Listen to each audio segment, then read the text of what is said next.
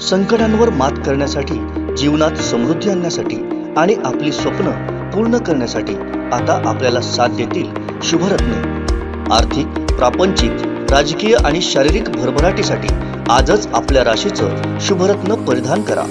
5 पिढ्यांपासून विश्वासाची परंपरा। शुभरत्न केंद्र AH मोतीवाला, नेहरू चौक, Maharashtra बँकेसमोर, Nipani. Mobile 09448 14 24 21। मुबारक बहार।